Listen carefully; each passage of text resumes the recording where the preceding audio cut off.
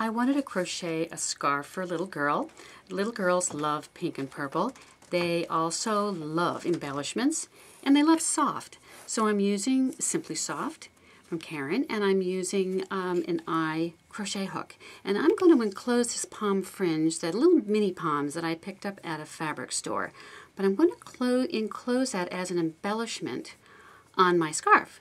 So I've got my chain, and I'm going to insert the hook in the first stitch, and then I'm going to do 2 single crochets between the trim spacing, and then I'm going to skip that next little pom, and then I'm also going to do 2 on the next between the next 2 poms, and then I am going to skip the third, so move that over, and then I'm going to do 1. Now the reason for that is just how these poms are spaced on the trim.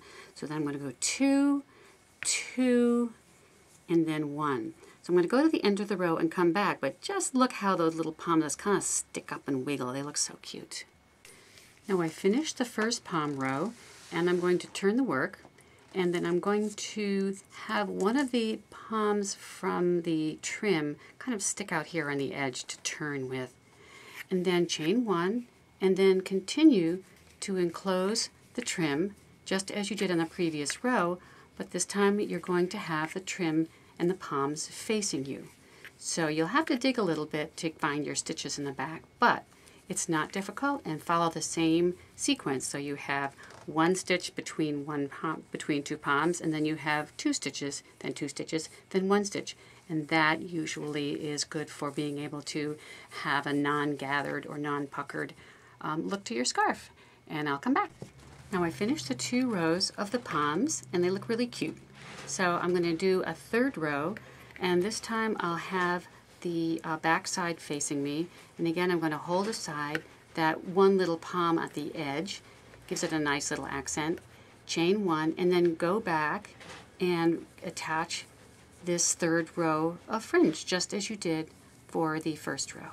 And I'll see you later. I finished the 3rd row of the poms, and now it's time to cut off the fringe because I'm going to use more of it on the other side of the scarf.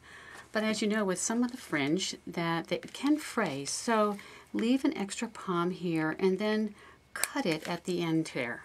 And then just move the extra fringe out of your way.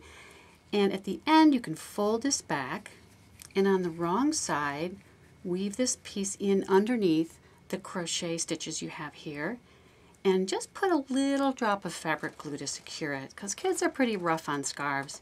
And at the beginning, there was a piece of tape that held it. But you'll do the same thing there. Just maybe leave a little bit longer piece and then fold it in and just put a little drop of fabric glue on the wrong side. And if you're really not sure, then just put a few sewing stitches using sewing thread, and that should hold down your bobble trim. And you'll have a great little scarf that your girlfriend will love forever.